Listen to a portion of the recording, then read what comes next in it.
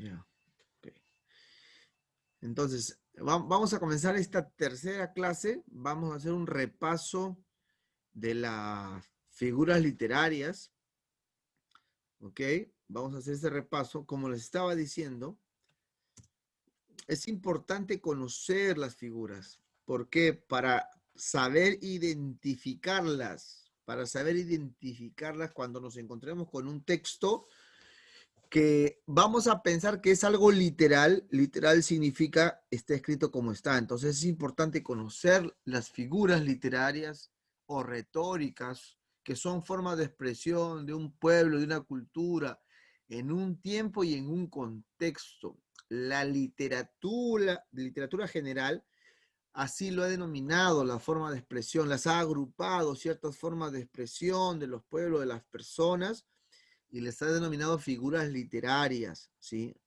Hay varios tipos de figuras literarias. Yo he tratado de resumir, creo que 8 o 10 solamente, son muchas más todavía. Vuelvo a repetir esto.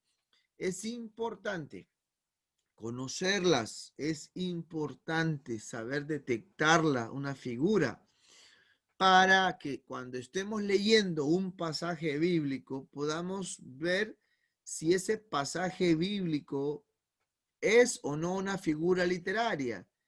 Y si es que es una figura literaria, tengo que tener mucho cuidado a la hora de la explicación, a la hora de la enseñanza, a la hora de la interpretación.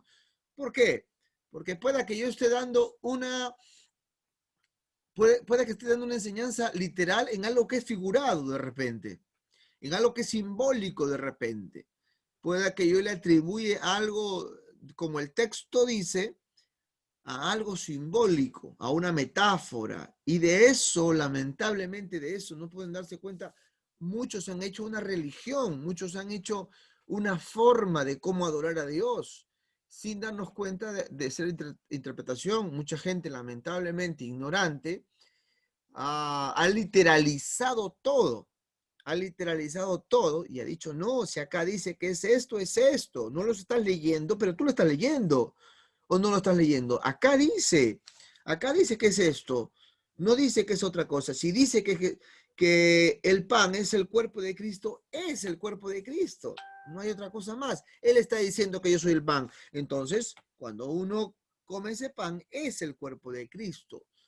Entonces, se quedan en lo literal y no se dan el esfuerzo de profundizar un poquito más el conocimiento y entender, como decía acá, que en los tiempos antiguos, ¿no? Como dice acá, perdón, una palabra tiene sentido figurado cuando expresa una idea diferente a la sección literal.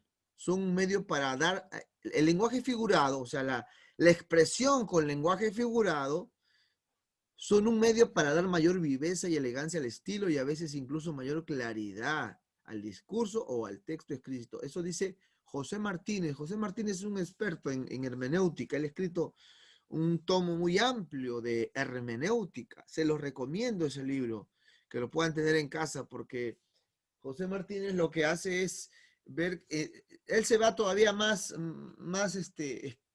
profundiza más porque se va a las formas de cómo están escritos de cuál es el sentido por ejemplo, los libros poéticos, cuál es el sentido de los libros históricos, de los libros apocalípticos, sus particularidades de cada grupo. Cuando digo apocalípticos, estoy hablando de Daniel y de Apocalipsis, por ejemplo, ¿no? Cuando él se va a profundiza en los profetas, en los profetas mayores y profetas menores. Los profetas mayores, Daniel, Isaías, Jeremías, Ezequiel, se dice mayores por la cantidad de profecías que tienen y profetas menores por menos cantidad de profecías que tienen como Jonás, Abdías, Miqueas, Malaquías. Este escritor, José Martínez, tiene un tremendo volumen de hermenéutica. Es un color verde ese libro, se lo recomiendo ese libro. Bueno, después le mando la foto de cómo es el libro, ¿ok? Entonces, como le decía, es importante conocer cada una de ellas. Voy a hacer un repaso y si en alguna no lo entiende, nos detenemos, ¿ya? Pero la idea es que lo vayan conociendo. El símil, creo que es así, lo entienden todos, ¿no? esta figura de comparación consiste en establecer una relación de semejanza entre dos partes, una diferente a la otra. Pero lo interesante del símil es que siempre vas a encontrar la palabra como o así, y así, la palabra como, ¿no? Será como árbol plantado, ¿sí? Como árbol plantado. Bienaventurado el varón que no anduvo consejos de malos, ni se ha sentado en sillas de escarnecedores, sino que la ley de Jehová medita de noche. Será como. Dice, como es un símil. Ahora, volviendo al análisis, es importante entender que esta forma de escribir enriquecen, como dice aquí, le dan viveza y elegancia a la forma de cómo se escribió, de cómo se escribió el escrito. Por eso que lamentablemente muchos dicen, no, la Biblia fue escrita por ignorantes. No, la Biblia fue escrita por gente culta. El salmista es un rey, no es cualquier ignorante. Los proverbios, un hombre sabio. El evangelio fue escrito por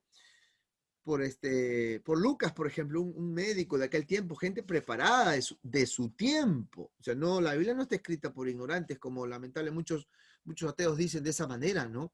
Entonces es importante defender nuestra fe con base, con fundamento, y entender que la Biblia, que fue escrita hace 3.000 años, 3.500 años, que se comenzó a escribir, fue escrita en ese tipo de lenguaje que usan los grandes literatos de la historia, ¿sí? Si usted, por ejemplo, en la universidad, cuando estudian, sobre todo la especialidad de literatura, todo esto enseñan en literatura. Todo esto enseñan y así escriben los literatos. Entonces, el que lo lee, el que lee un libro de, por ejemplo, de Cervantes, tiene que saber que ese hombre usa mucho simil, muchas metáforas. El que conoce de esos temas, lee, no se hace problemas y entiende que está usando similes. En cambio, porque hay palabras como, por ejemplo. En cambio, el que no, dirá, bueno, pensará que el escritor está alucinando, que el escritor dice una cosa por otra, porque no sabe. Pero si conocemos un poco, vamos a entender que es rico el lenguaje. Hay una comparación, que hay una semejanza de firmeza. Y acá es importante una cosa que sepamos que es simil, ya está, es una figura literaria de comparación, pero ahora viene la interpretación de ese texto, de ese pasaje. ¿Qué nos está diciendo? Cuando uno interpreta ya, por ejemplo, lo que nos está diciendo que el varón, que es bienaventurado aquel varón, que se pone firme en las cosas de Dios, que estudia la palabra, ¿sí? Va a ser firme su vida. Va a ser una persona que siempre va a estar llenándose del alimento espiritual. Y sobre todo, si es una persona que lee Biblia, es una persona de carácter firme, va a dar fruto, ¿sí? Va a dar fruto del espíritu. Su vida va a ser una vida fructífera, no va a ser una persona sin frutos. O sea, en otras palabras, va a tener carácter, va a saber llevarse bien con sus semejantes, va a saber relacionarse, no va a andar peleando, no va a andar con envidias que el otro tiene fruto y él no. Una persona, como el texto nos dice, va a ser firme, va a ser bien plantado. Semejante a Mateo 7:24, plantado en la roca.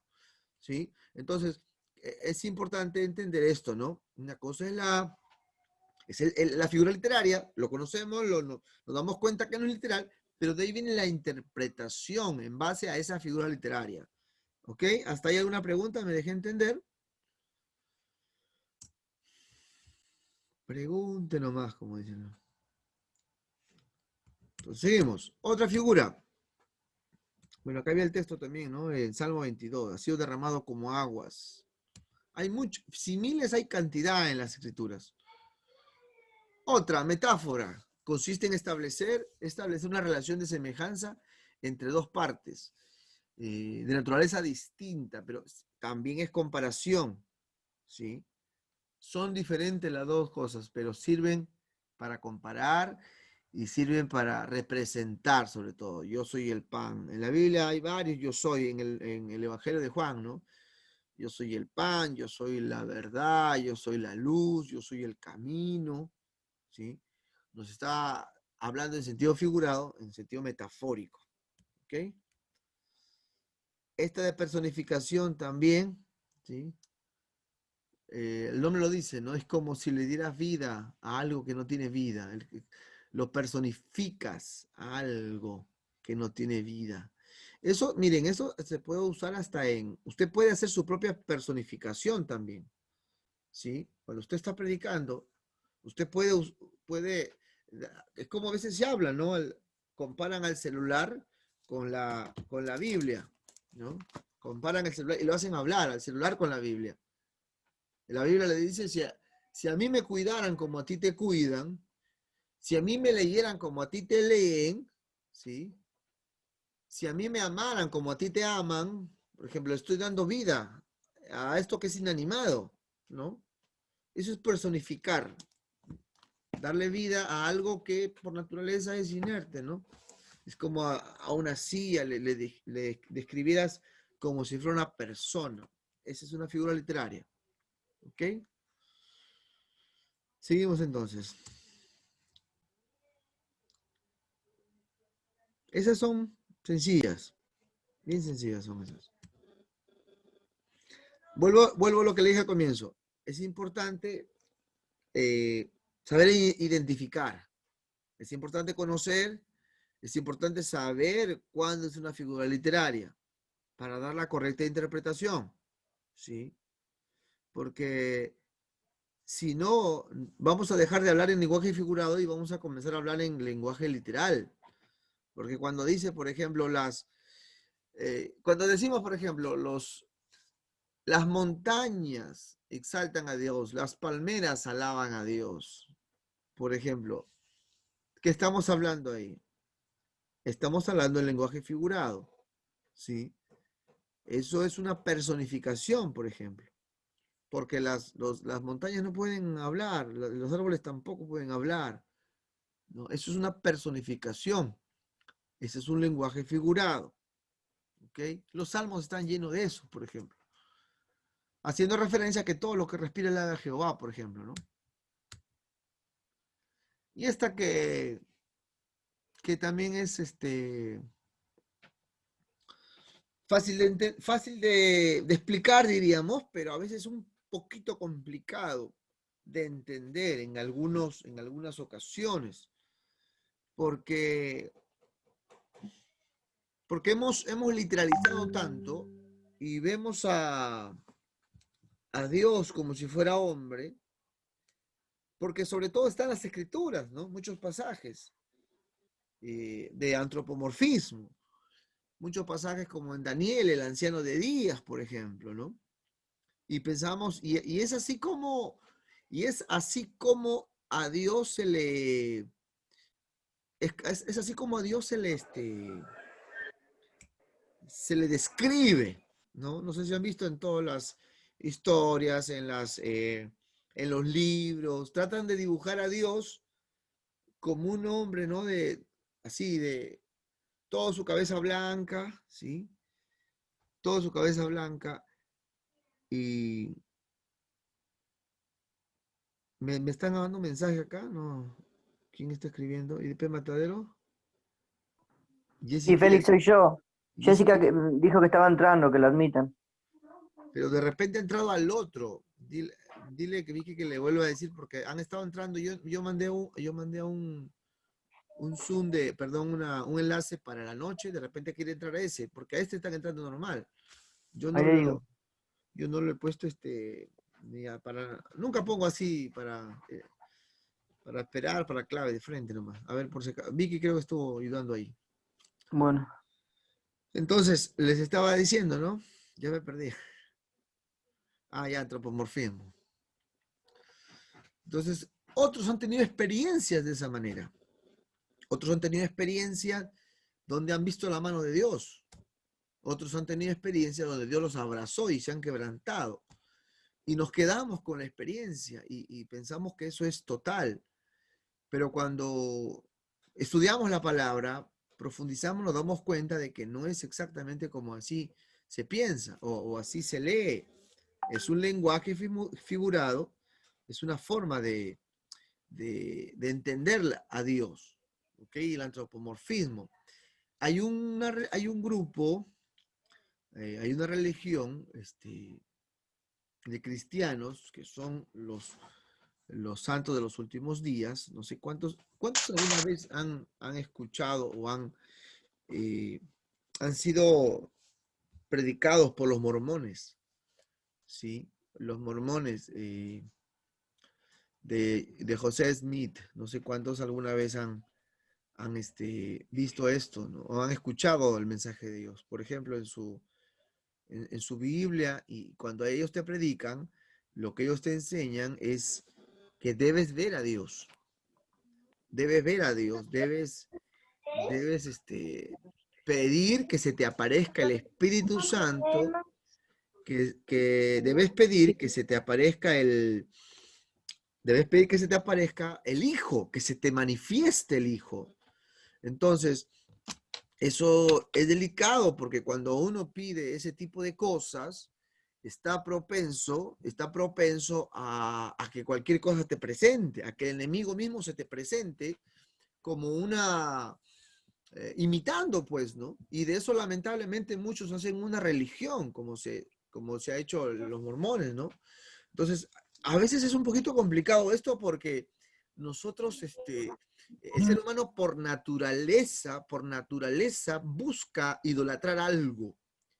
Siempre busca idolatrar algo, quiere idolatrar, no sé, a papá, mamá, esposa, esposo, hijos, tiende a idolatrar, tiende a que esa persona se endiose, o tu trabajo, o tu dinero, etcétera, ¿no? Y ese es un problema porque hasta otros idolatran, hasta su ministerio y lo idolatran, ¿sí? Idolatran, no quieren que lo saquen ni del ministerio. Están más, afanados en su ministerio que en la misma presencia de Dios, ¿no?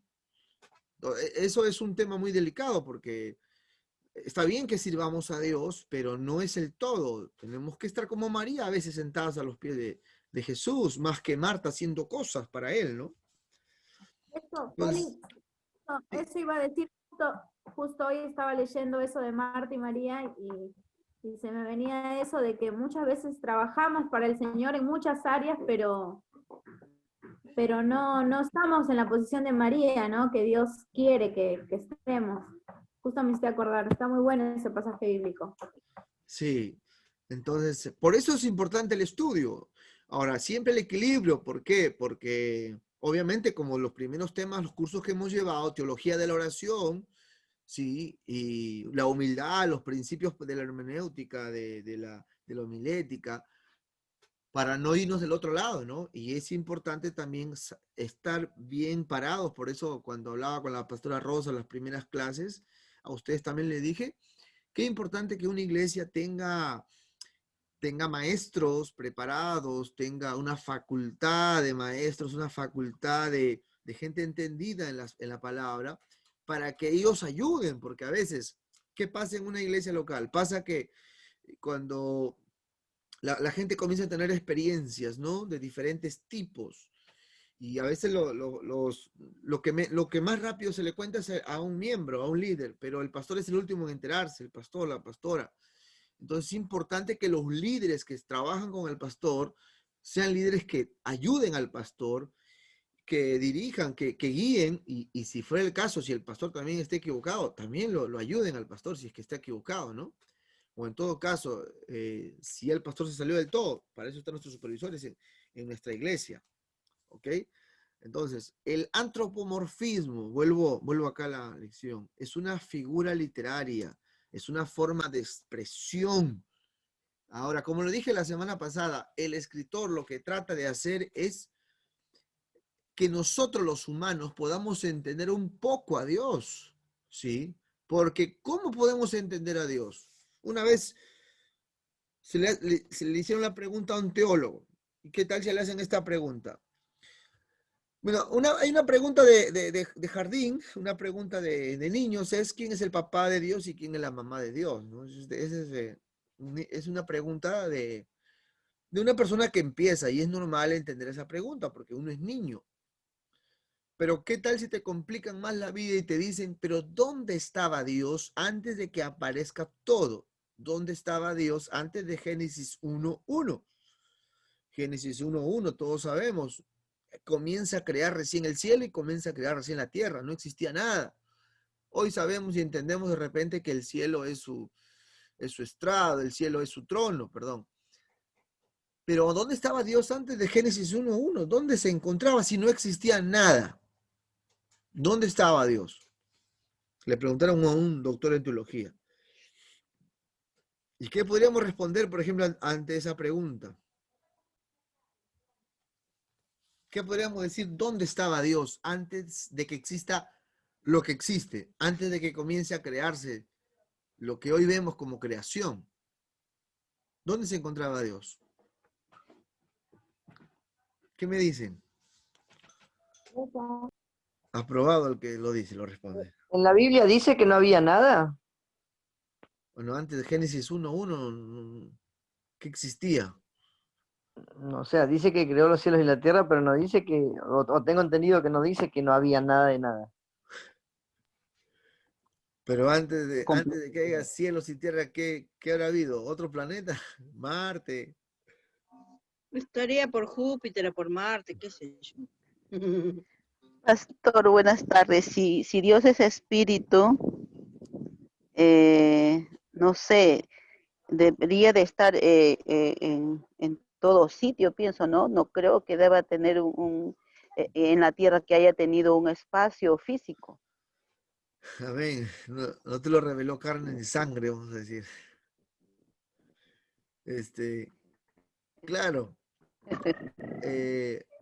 ¿Por qué nos viene esa pregunta, por ejemplo, a nosotros? Y eso es para entender un poquito más de antropomorfismo.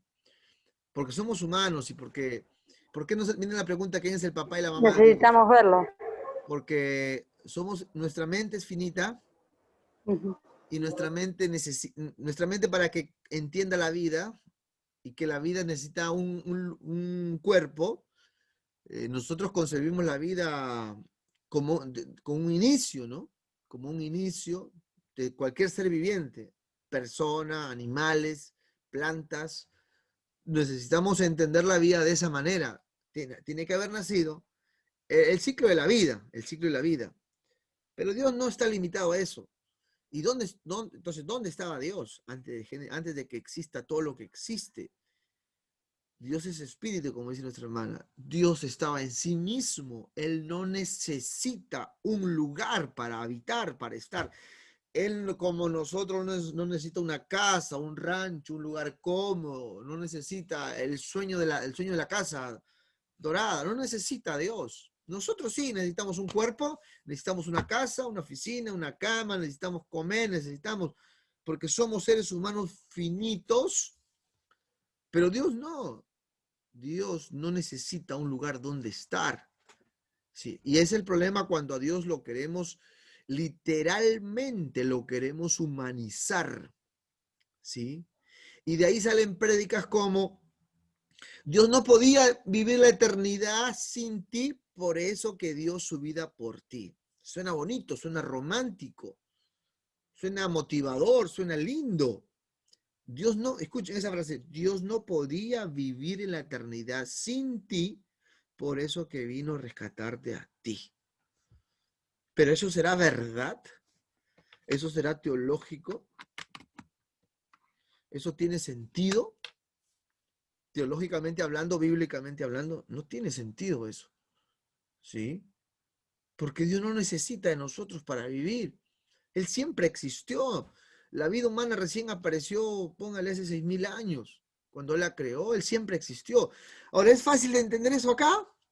En esto tan chiquitito, nuestra mente es así y la mente de Dios es, pero no alcanzaría no sé cuántas veces tendría que extender mis brazos, toda la vida me tendría que pasar extendiendo mis brazos para entender que la mente de Dios es demasiado grande. Vuelvo a decir, suena bonito, suena romántico, suena especial, ¿no? Pero no es verdad del todo, porque Dios es eterno, nunca nació, siempre existió. Pero el escritor de la Biblia, los salmos, le dan estas figuras humanas, repito, para poder entender que cuando leamos la Biblia, ese Dios, como dice Colosenses, Dios invisible, que se hizo visible a través de lo que podemos ver, para que podamos entenderlo, el escritor le trata de poner partes humanas, figuras humanas a Dios, ¿sí? A Dios, le pone pies, le pone manos, le pone ojos, le pone rostro, ¿sí? Le pone espalda, el escritor. Y Dios también yo creo que se permite revelarse de esa manera para que nosotros podamos entender que Dios es cercano, que Dios se acerca a nosotros. Y el mejor ejemplo de antropomorfismo es Jesús. Es más, se ha quedado con esa figura. Tanto así tomó que se quedó, ¿no? Y es otro misterio entrar al tema de la Trinidad también, ¿no? Entonces, el antropomorfismo es eso, ¿ok? Pero vuelvo al punto, para no causar problemas en la iglesia local. Siempre hay que tener mucho cuidado, siempre hay que ser respetuoso con nuestros hermanos de la iglesia. No se trata de imponer la teología o la hermenéutica, sino hay muchos hermanos que Dios le ha permitido tener una experiencia y Dios los ha levantado en sus manos, Dios los ha abrazado. Está bien y está bien, porque Dios usa ese lenguaje y esa forma de manifestarse o esas experiencias. Pero lo que voy es, ¿por qué estudiamos? Para que de esto no hagamos una religión. Para que de esto, no sé, mañana no hagamos una imagen de las manos de Dios, porque eso me animó en el sueño. O esa voz me dijo que haga las manos y haga una imagen. No, eso ya no, hermana. Eso es idolatrar. Nosotros nos acercamos a Dios, como dijo Jesús en Juan 4:24, en espíritu y en verdad. Como dice Jeremías 33:3, clama a mí y te responderé. Simplemente cuando nosotros nos presentamos delante de Dios, ¿qué hacemos? Nos ponemos de rodilla ante ninguna imagen, ante nada, simplemente ante la presencia de Dios. Y donde estemos, sea en el templo, en el altar, sea en casa, en nuestro cuarto, o un lugar separado en casa, eso se hace un altar y eso se hace el acceso hacia la presencia de Dios, hacia el reino de Dios. Cuando dice Jeremías 33, clama a mí, yo te responderé y te enseñaré. Cuando uno clama, cuando uno se humilla, cuando uno ora, cuando uno se hinca delante de la presencia de Dios, la presencia, cuando uno invoca la presencia de Dios, Dios está allí y Él se manifiesta como Él quiere. En algunos casos, repito, abraza, en otros casos, da un beso, ¿sí? Hablamos la vez pasada un poco de eso. Y Dios es así, ¿ok? Creo que ha quedado claro, no sé si hay una pregunta. Y así como el antropomorfismo, está también el zoomorfismo, y me olvidé poner el antropopatismo, ¿sí? Me faltó poner ahí el antropopatismo. ¿Se recuerdan qué es el antropopatismo? A ver, hermana Paula, ¿se acuerda usted del antropopatismo? Ay, no tengo acá las cosas para chusmear. Ay, ok. Hermana Luz, la hermana, va a traer la luz, la hermana Luz, santo Dios. La hermana Luz dejó su foto, ¿no? Creo. Ahí está ahí la hermana Luz. Va a sacar todos los apuntes de la hermana. Hermana Jessie, que está al lado de la hermana Luz, la veo acá.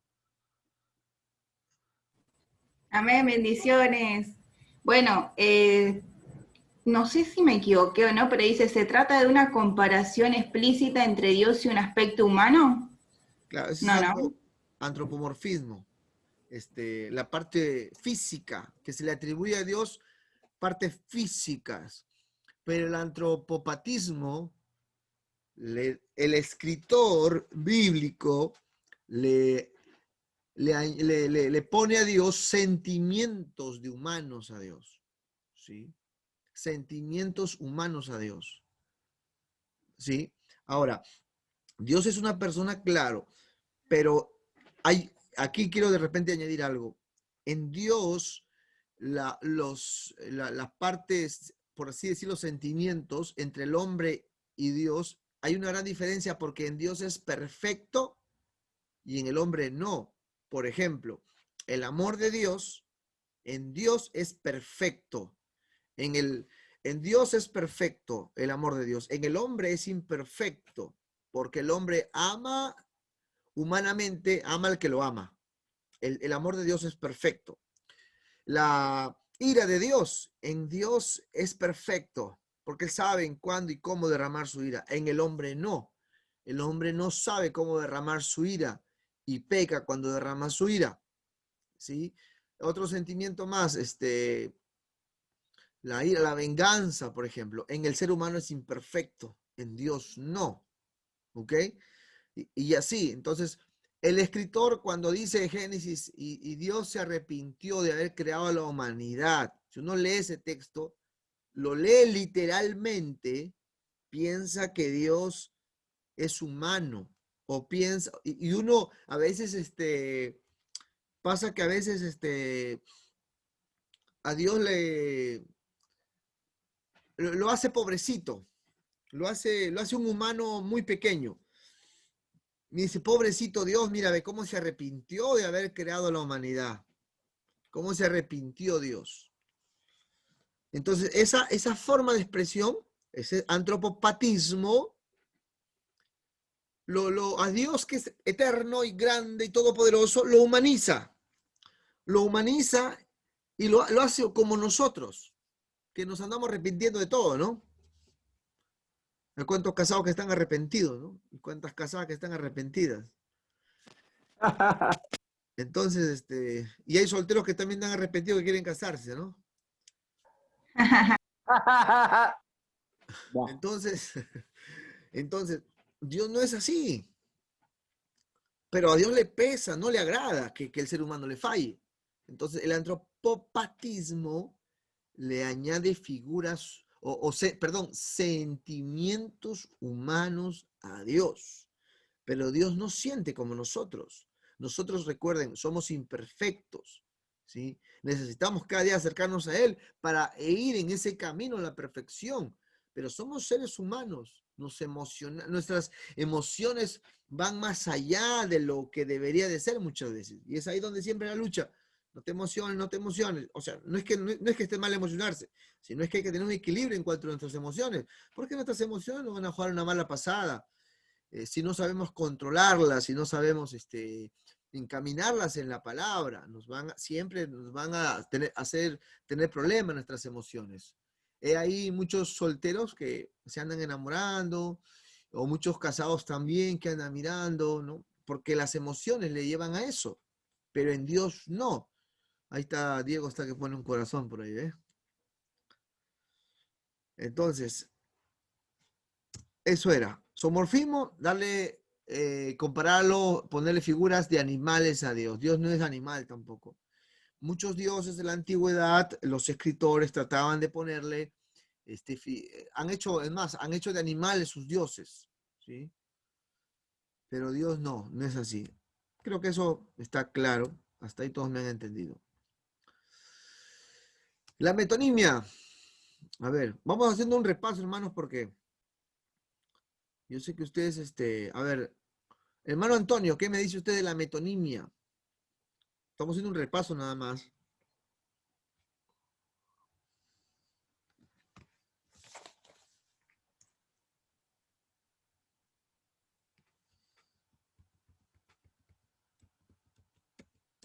Ahorita voy a sacar el grillo, creo que me quedo con el grillo.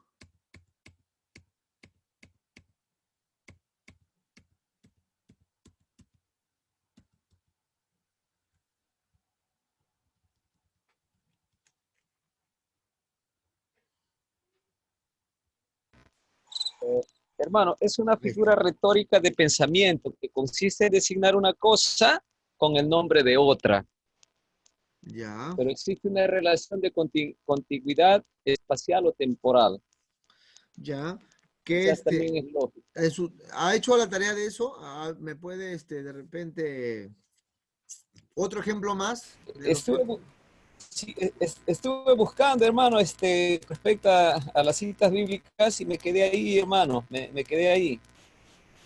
Sí, no profundicé más un poquito más allá, hermano, me quedé ahí porque tuve algunas otras cosas pendientes que realizar, mi hermano. Ya. ¿Alguien más ha hecho metonimia? La hermana Blanca mandó, pero ya no hubo tiempo de revisarlo. Hermana Blanca, ¿usted sí hizo otro ejemplo más?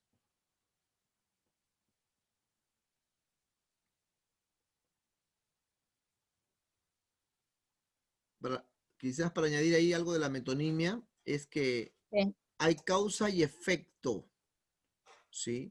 Causa y efecto. Una acción lleva a otra. Y acá este ejemplo está bien Ujú. claro, que ha puesto nuestra hermana, ¿no? Acá dice el bebedor. ¿Qué pasa con el bebedor? ¿Y qué pasa con el comilón? ¿No? La causa de esta forma de vida produce un efecto. Entonces, esa es Lo una compré. forma de expresión, es una figura literaria. Los proverbios están llenos de figuras literarias. Los proverbios también tienen otra figura que se llama paralelismo de los propios proverbios. Una frase dicen una cosa, la otra lo complementa. Y eso se estudia en libros poéticos, ¿sí? Pero está muy, muy bien ese ejemplo, hermano. Pero para añadir en la metonimia, lo que hace, hay una causa, bebedor, ¿qué pasa con un bebedor? El efecto de ser bebedor o ser comelón solamente, ¿no? Entonces, eso Podría ser el efecto o la consecuencia que viene a o la ser. consecuencia, sinónimo, efectos o consecuencias, que es lo mismo. ¿Ok? Hasta ahí sí. ¿Alguien más que ha hecho otra metonimia, otro texto? Porque la idea es de esa manera poder detectar cuándo es una figura literaria, en este caso una metonimia. Hermano, Salmo 51:7. A ver, Purifícame con hisopo y seré limpio. Lávame y seré más blanco que la nieve. eso lo encontró ahí en el diccionario, ¿verdad, hermano? ¿O usted mismo lo ha encontrado? Sí, en el diccionario, hermano, en el diccionario buscándolo ahí encontré ese texto. A ver, usted mismo, déme su interpretación, como usted lo entiende hasta ahorita. A ver, lo que usted entienda. A ver, cuando habla de purificarnos, hermanos, habla del hisopo, dice, para ser limpio, y lávame y seré más blanco que la nieve. Eh, eh, Tengo como una interpretación, amados hermanos, que como que el hisopo un ejemplo de un arbusto de hoja, el cual debe estar limpio o como para poder, hermanos, dar mejor fruto de lo que podamos estar haciendo, hermano. O sea, me equivoco en cuanto a la interpretación. Bien, hermano, bien, no hay problema. Miren, yo les digo esto, ¿no? Estos saben que esta escuela es como es algo básico, es una Dios quiera algún día puedan ir a un seminario propiamente. Yo les digo algo, no tengan miedo a equivocarse, no tengan miedo a equivocarse. De eso se trata el aprendizaje, ¿no? Siempre el repaso, siempre ir al concepto les va a ayudar a entender mejor, ¿no? Una causa y un efecto, ¿sí? Metonimia, la acción por el nombre, también otra forma de entender la metonimia. Y acá este salmo, el 51, que es un salmo bastante conocido, nunca se olviden que los salmos están escritos en lenguaje poético y cuando se habla de género poético es rico en figuras literarias, los salmos, los proverbios, el mismo Job está escrito en figuras literarias y es ahí quizás donde muchos que cuando predican Job, yo le recomiendo, si usted predica Job, sí o sí tiene que saber que si es una figura literaria, algún verso que se está dando allí, porque muchos a veces han tomado las declaraciones de los amigos de Job y lo han hecho como si fuera palabra de Dios.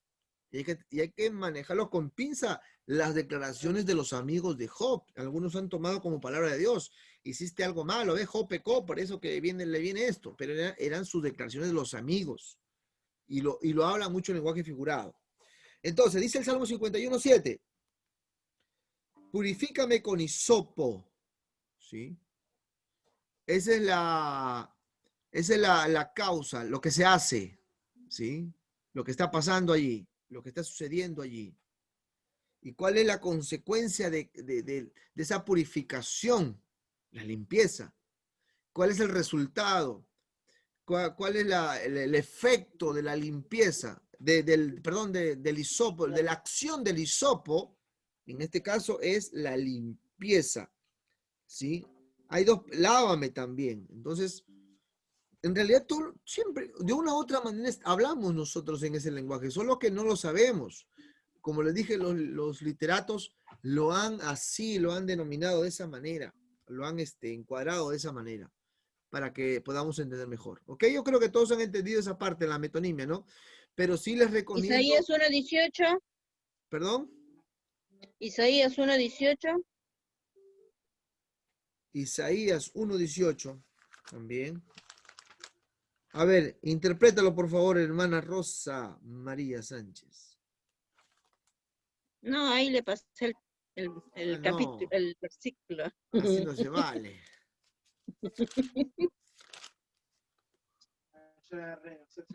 ¿Ok? Una consulta, como usted Sí. dice, nos podemos explicar. Yo recién escuché esta clase la semana pasada, no pude. A ver si lo entendí. El texto bíblico que dice Jesús, no tuve hambre y me hice de comer, tuve sed, eso también puede ser metonía. ¿Cómo es? Le me ha hecho reír. Metominia. Metonía. La niña. Los niños. No, ese no es. Me doy. Póngale cero. Ya la conocía así, ¿no? Ese es la que te explique, Leo. No, ese es otro, eso podría ser una metáfora, podría ser una comparación. De él comparándose, comparando a otras personas con él, ¿no? Pero Bueno. tampoco no es literal, no es literalmente eso, no es literal. Dice acá, sustituir el nombre por sus hechos. También, sí. Por lo que ha hecho, ¿no? Ok. Es un poquito, en algunos casos, un poco difícil entender la metonimia, pero gracias a Dios los teólogos y ese diccionario que les pasé, ya de una u otra manera lo han definido ya ese tipo de figuras literarias, ¿no? La cosa es saber cuál es por cuál. La sinécdoque, a ver, Hermano vamos con la Félix. sinécdoque. Sí. Hermano Félix, y en Juan 8:32, que nos dice, conoceréis la verdad y la verdad os hará libres, ¿también es metonimia? No. Esa es una metáfora propiamente. Es una comparación, porque él se está atribuyendo la verdad. Él es la verdad. Está comparando. Sí. Ahora, obviamente, o sea, él no es la verdad en sentido, él es la verdad en sentido figurado, pero él, mejor dicho, él da el mensaje de la verdad. Jesús, él es el que habla la verdad, pero él no es la verdad en un sentido de que algo que está escrito o de algo que está, una cosa es la verdad, no. Él habla la verdad, él expresa la verdad, él enseña la verdad, él dice la verdad. Y la cosa es conocer a quién, a él, que habla la verdad. No, lo que el mensaje te lleva a entender es que tenemos que conocerle al que está hablando la verdad. Y el que habla la Dale verdad un es palito, Jesús. Carlito. Carlito dice, ¿ves? Carlito está diciendo. Ahora, sinécdoque. A ver, sinécdoque. Hermana Gisela, un ejemplo de sinécdoque, aparte del que estaba allí. Deme su concepto y un texto de ejemplo de sinécdoque. Ahora no sé por la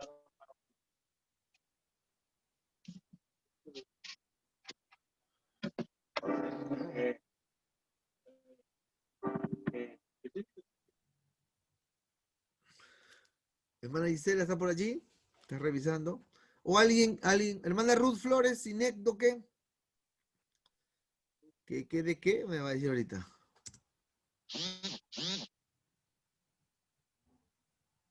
¿Qué es una sinécdoque? Bien sencilla también, ¿ah?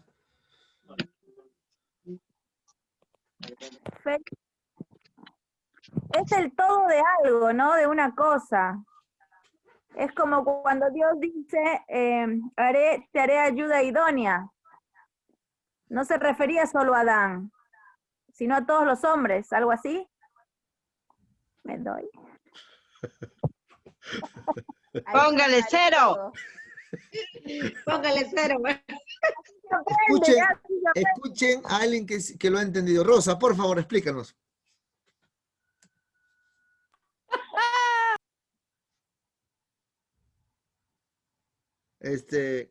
¿Alguien puede ayudarlo?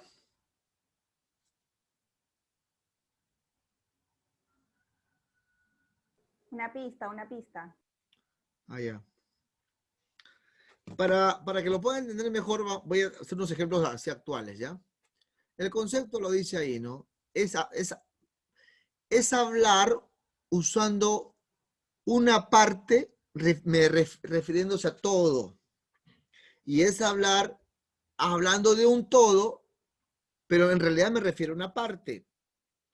¿Sí? Repito, es hablar o escribir refiriéndome a un todo, o sea, hablo un todo, pero en realidad me estoy refiriendo a una parte. Y hablo una parte, aunque en realidad me refiero a todo. Por Es ejemplo. como resumir una palabra en todo un tema, algo así.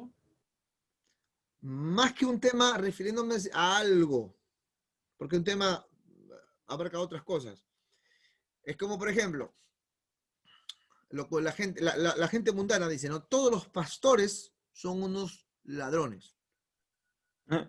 Todos los pastores son unos ladrones. ¿Qué está hablando esa persona? En plural. Un pastor le robó de repente, pero está metiéndolo a todos los pastores. En la bolsa. Sí, a todos en la bolsa. Ahí está, esa palabra interesante. Pluraliza. Todos se está metiendo en la bolsa. Esa es una sinécdoque. ¿Sí? Esa es una sinécdoque. Entonces, menciono o hablo o escribo una parte y meto a todos. Lo generaliza. Lo generaliza, en otros términos, lo generaliza. Y es también hablar por un todo cuando me refiero a una parte. Dice un texto en Marcos. Y el Herodes mandó a censar la tierra. Pero no mandó a censar la tierra, solamente mandó a censar esa parte de la tierra, Belén, Jerusalén, donde estaba Nazaret, solamente esa parte mandó lo que le correspondía. ¿Sí? No es propiamente una exageración, sino tiene otras dinámicas allí. ¿Ok? Es igual, ¿no? Lo que las mujeres dicen. Acá en Perú hay una cantante que dice, los hombres son una basura, dice. Todos los hombres son una basura, dice esta cantante. Porque a esa mujer lo traicionaron sus dos esposos, lo traicionaron. Dos. Y mete a todos los hombres. ¿Sí? Hay otra frase que dicen las mujeres, todos son cortados con la misma tijera. ¿Podrá ser literal eso? O sea, con la misma tijera le dice a un esteta, presta tu tijera, voy a cortar acá, otra tijera, con la misma tijera. ¿Es literal eso? No es literal. Es una sinécdoque, ¿no?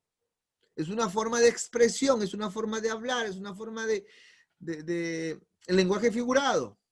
No es literal. Yo creo que está bien las manzanitas, las peritas que le estoy explicando, ¿sí o no? Es un todo por una parte y una parte por un todo. A ver, explíquenme ustedes ahora. Denme otro ejemplo. Hermana, a ver quién está. Hermano Diego, ¿te atreves, Diego, o no? Una sinécdoque, ¿qué es una sinécdoque? Sinécdoque. Sería como con algo singular darle pluralidad, digamos. O algo plural, singularidad. Bueno, Mateo 6:11 dice, el pan nuestro de cada día, dános hoy. ¿Podría ser un ejemplo? A ver, explícalo. Si lo explicas, pueda que sí. Porque habla de un pan que, o sea, que significa el alimento, pero para todas las personas. En general. Está hablando de algo singular, por eso yo le decía algo singular para todo el mundo. No, en ese caso sería, pido el pan, un pan que se refiere a todo el alimento de todo el día. Desayuno, almuerzo, cena, merienda, etc. Se referiría a todo el alimento de todo el día. A todos los alimentos, mejor dicho. En ese caso sí tendría sentido tu sinécdoque. Pido el pan, ¿no? Literal, un pan. Señor, dame el pan. Pero ese pan, que es uno solo, representa a todos los alimentos de todo el día. Una parte por el todo del día, por todas las cosas que, ¿no? Señor, dame el pollo, dame la carne, dame el costillar, dame, estoy diciéndole que me dé todo. Ahí se aplica la sinécdoque, ¿no? Porque, o tú dirías, si es que tú dices, Señor, dale el pan a todo el mundo, dale el pan a todo el Perú, dale el pan a toda Argentina, bueno, en ese caso sí, pero si tú pides para ti, entonces tu sinécdoque o tu forma de expresión se refiere a todo lo que vas a recibir o todo lo que estás pidiendo en ese día. Hermano Félix. Sí, hermana Luz. Y Proverbios 23:2, que dice, y pon cuchillo a tu garganta si tienes gran apetito. ¿Es uno de los ejemplos ahí está en el libro o no? ¿Se le viene a usted a la mente? No, lo saqué buscando. Esa es otra figura, creo. Esa es otra figura, no es propiamente una sinécdoque. Se le vino a la mente porque Diego dijo el pan y ella quería poner el cuchillo. Poner la manteca. Cuchillo para echarle, untar la mantequilla, está bien. No, es eso. Otra figura debe ser esa. Otra explicación. El cuchillo de mesa. O un simil o una metáfora, algo por ahí debe haber. Hermana Paula, usted está que por ahí está pidiendo la palabra. Dele, hermana Paula. A ver, un ejemplo de sinécdoque, hermana. O deme el concepto de sinécdoque, con eso me quedo contento. A ver, un ejemplo acá rápido sería, todos los niños se portan mal. Ya. Sería, todos los niños se portan mal. ¿No sería eso? Ya, sí, está bien. Explíquelo, a ver. ¿Por qué? Porque todos los niños no se portan mal. Depende de los niños. Cada uno tiene su crianza. Pero es como pluralizar algo y como dijo usted, para que no me sale. Una cosa lo pluralizamos para varias, en un todo. Ya. Es tomar, escribir o es hablar una parte por un todo o un todo por una parte. ¿Sí? Teniendo el concepto claro, ustedes a la hora que leen van a saber identificar. Sus anteditas de vinil van a estar ahí, tic, tic, tic, tic. Ah, este es una sinécdoque, porque es el concepto. Ah, este es una sinécdoque, no se refiere al todo. Está que se refiere a una parte. No se refiere a una parte, está que se refiere al todo. Entonces sus antenitas ahí van a saber detectar esas. ¿Qué es una sinécdoque? ¿No? Aunque el nombre no es tan quizás común de hablar, pero cuando vayan sepan el concepto, van a saber entender mejor. Van a descubrirlo cuando encuentren por allí, así como Diego, por ejemplo, que ha dado su ejemplo, ¿no? Está bien, ¿no? Tal cual. Tal cual. Pastor. Dime, ya dije Diego, ya Diego se creció. Dime, Diego. Sí, no, por los mensajes que escribieron ahí. Yo, por lo que usted estaba explicando recién, cuando daba los ejemplos los ejemplos que cada uno de ustedes aportaba, por eso yo dije, en mis términos, porque yo no googleé nada, en mis términos dije que desde lo singular o de un ejemplo cotidiano, se iba hacia lo plural. Es como que daban un ejemplo de una sola cosa para decir mucho, o para hablarle a muchas personas, digamos. Muy a lo criollo, pero quise decir eso yo. Lo dije mal, lo Diego, que sea, pero lo dije yo. Diego, no te defiendas, Diego. Diego. Sí, me defiendo porque me atacaron. Cuando uno siente el ataque, se defiende. Causa, Diego. Atacado. Va a pensar realmente que ellos están diciendo la verdad, ¿no? Pero eso es una hipérbole. Está bueno saber la diferencia de esas palabras para poder entenderlo bien el concepto y la historia. Claro, ahí está, tal cual, ¿no? Que eran grandes, posiblemente eran grandes, ¿sí? Que las frutas, bueno, eran grandes, también las frutas eran grandes, ¿no? Pero de ahí a que eran, no sé, unas uvas así ya, esa es su exageración. Gigantes decían que eran, gigantes. Sí, ¿no? Esa es una hipérbole tal cual. Y nosotros, como dice Leo, el ejemplo que ha puesto de su intimidad matrimonial, ese es otra hipérbole. Esa es hipérbole argentina, ya, hipérbole de Leo ya. Leo va a sacar su libro de figuras literarias de casa. Eso es. O sea, ¿se entendió el hipérbole? Yes. Ya está. Así que no se va a morir de hambre, Leo. Vicky, no te preocupes. Está hablando en forma de hipérbole. Ya. Otra cosa,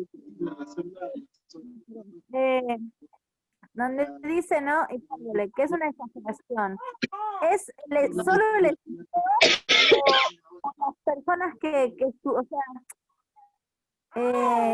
las personas que estuvieron en la obra, mejor dicho, algo así? ¿O solo es el escritor el que exagera? A ver, repite, no te entendí bien. No se escucha, entrecortó por ahí. Repite. Repeat, O please. sea, el hipérbole es con el escritor el que escribe el capítulo, el que exagera, o es el que lo cuenta, el que lo actúa, mejor dicho, no sé cómo decirlo, se me fue las palabras. El que lo El escribe. protagonista. Ah, el que lo escribe. Y hasta donde entiendo, el escritor escribe lo que escucha, lo que sabe, lo que ve, lo manifiesta, ¿no? Por ejemplo, yo estaba pensando en el tema de Mardoqueo, cuando, ¿cómo es Namán, no? Namán exagera para que se le haga caso y el rey mande un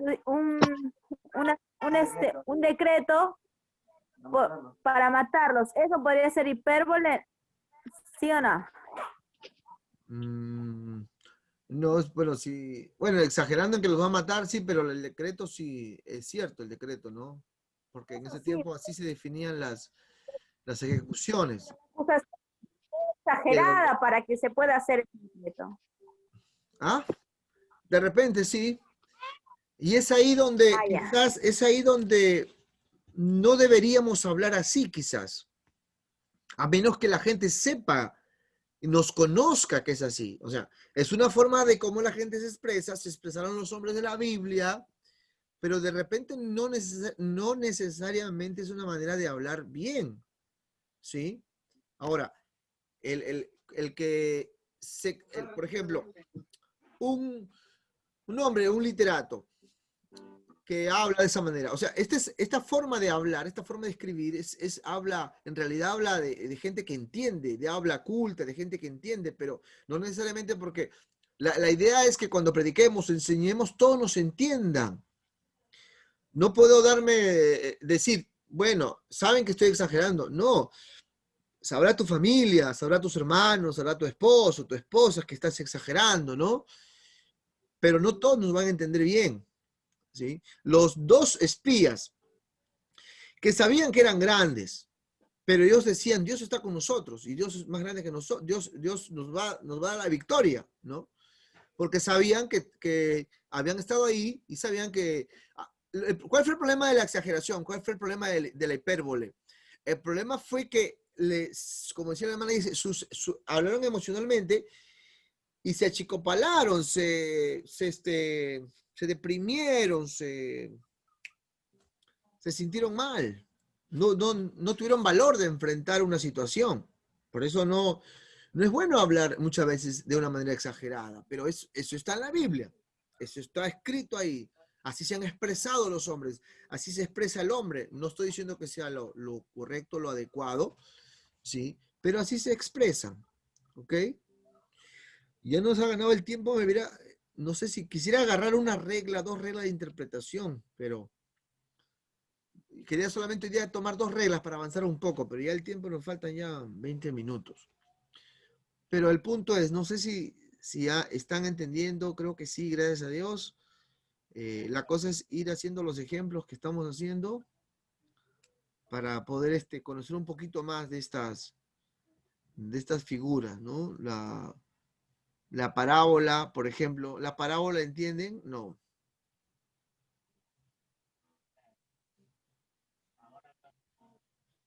La vez pasada hablamos de la parábola, ¿no?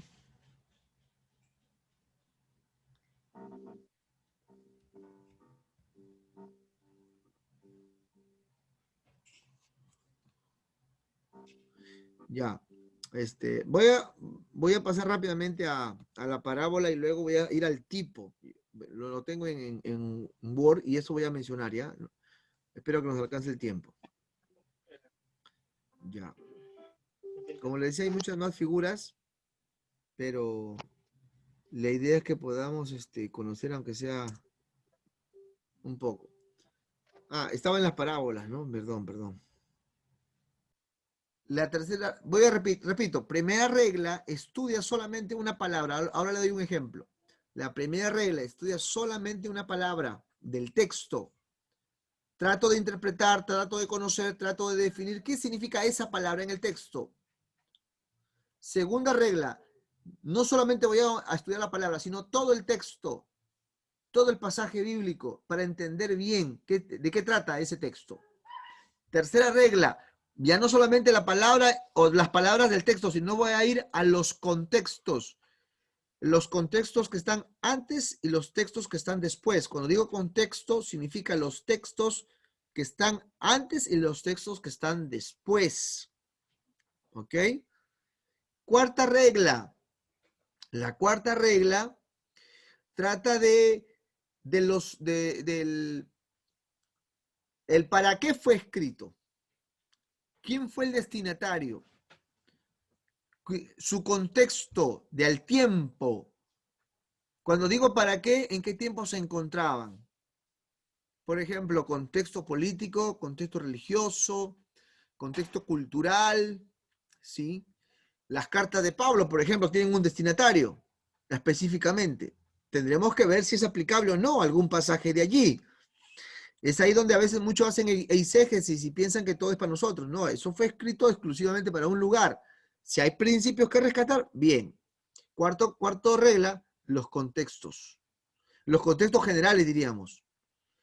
Quinta regla, pasajes paralelos. ¿Qué significan pasajes paralelos? Otros pasajes, otros textos que hablen del mismo tema. Si mi tema es el perdón, tendré que ver si en los evangelios hay perdón, si en las cartas hay perdón, si en el libro de los hechos hay perdón. Entonces, todos los pasajes, para eso es importante una concordancia, que hablen del mismo texto, del mismo tema que estoy viendo. Eso se llama textos paralelos. La quinta regla es ver los textos paralelos. Daniel y Apocalipsis tienen muchos pasajes paralelos. Las mismas cartas tienen muchos textos paralelos. Los evangelios tienen textos paralelos con los salmos. ¿Sí? Los profetas también. Entonces, un ejemplo rápido nomás. Ya justo ya estamos por acabar. Un texto rápido. Génesis 6 dice, creo que 11:12 dice, y Dios vio que toda carne se había corrompido. Entonces, voy a estudiar qué significa carne allí. La segunda regla, voy a ver qué significa todo el pasaje. Corromper, qué significa la tierra. Tengo que ver todo el texto allí. Segunda regla. Tercera regla, tengo que ver los versículos antes y los versículos después para entender ese pasaje. Cuarta regla, tengo que ver el tiempo, el contexto político, religioso, cultural, geográfico también, ¿sí? ¿Y para qué fue escrito? ¿Para quién fue escrito ese libro? ¿Sí? Los evangelios, por ejemplo, no todos son el mismo destinatario. Las cartas, igual, ya les dije. Y la quinta regla, también. ¿La quinta regla de qué hablaba? Textos paralelos. Paralelos. Textos paralelos, pasajes paralelos. ¿Qué significa eso? De otros libros de la Biblia que hablen del mismo tema que estoy estudiando. Sí, ya están aprobados, ya está ya. Ahora, el otro lunes solamente nos vamos a la práctica. Full práctica, el otro lunes. ¿Ok? Repasen, lean, les voy a mandar después el librito que estoy usando para que ahí lo vayan estudiando. ¿Ok? Me olvidaba que en la segunda regla vamos a ver si es una figura literaria también. En otras palabras, ya empezamos el proceso de interpretación, el proceso hermenéutico. ¿Ok? Bien, hermanas y hermanos, es un gusto haber estado ahí con ustedes. Dios les bendiga. Esto, como les dije al comienzo, es algo práctico. Dios nos ayude, paciencia. ¿Ok? Vamos a tratar de mandarlo. Hoy día ha sido una repetición nada más de la clase pasada. En resumen, hay muchos otros símbolos más, muchas figuras literarias más. Bueno, los que tienen el diccionario se han dado cuenta que hay muchísimos más todavía. Hemos tratado de ver los más principales. Bien, creo que eso es todo por hoy. ¿Alguien quiere decir algo más? Bueno, los que quieren entrar a la noche, les mandé el enlace también.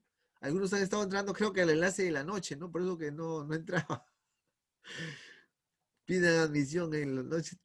Pero bueno, ya está. No hay problema. Profe, disculpe por la ausencia, hermano, en el curso de rato. Nota acá donde estoy, la señal es baja y aparte estoy con mi niño, no ves que les damos clases en casa, hermano, pero ahí, hermanito, por favor, le pido los audios, hermanito, yo ahí, como sea, estoy desarrollando mis trabajos, hermano, y les pido que me entienda, por No se preocupe, favor. hermana. No se preocupe. Sí, le voy a de repente llamar para que me dé para hacerle algunas consultitas, hermano, por favor. Ya está, hermana. No hay ningún problema. Ya, está bien, no hay problema. Dios le bendiga, hermana, a usted, a Marisol, a su pequeño Adviel, que Dios me lo bendiga y lo guarde. Muchas bendiciones, hermano Félix. Gracias, hermana. Por las bendiciones ya está aprobada. Ya. No, hermano, muchas bendiciones, de verdad. Bien. Ya, pues, hermanos, entonces nos estamos viendo el día lunes. Traten de estudiar un poquito las reglas y siempre un repaso a las figuras. De repente la próxima, así pregunto, ¿qué es metáfora? ¿Qué es sinécdoque? ¿Qué es metonimia? ¿Qué es hipérbole? ¿Ya? A ver si se les va quedando. La idea es que se les vaya quedando. Bueno, prendan sus micrófonos y despídanse los unos a los otros. Nos vemos, hermana, desde comienza con hermana Rosa Sánchez, hermano Antonio, Bendiciones a todos. Jessy, Dios los bendiga, amados hermanos. Gracias Un por abrazo compartir de esta Osu. forma de enseñanza. Bendiciones, hermano Félix. Gracias, pastor. Bendiciones, gracias, pastor, bendiciones. Bendiciones, saluda a Lenny. Muchas gracias. Vamos. Se fue Paula ya. Bendiciones a todos.